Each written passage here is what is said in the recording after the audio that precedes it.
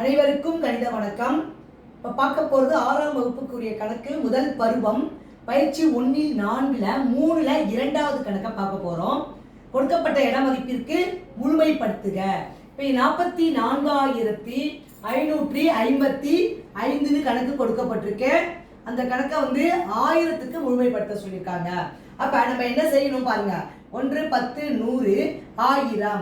அப்போ இந்த இதை முழுமைப்படுத்தணும்.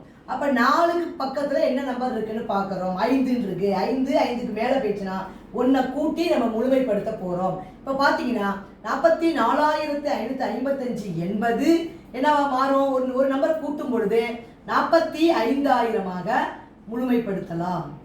வரக்கூடிய விடை என்னது? 45,000. 44,555 இருக்கு. 500க்கு மேலே இருக்கு. அப்போ இது என்ன மாறும்? 1000 மாறும் பொழுது 45,000 மாற்றி எழுத வேண்டும். புரிஞ்சிச்சுங்களா?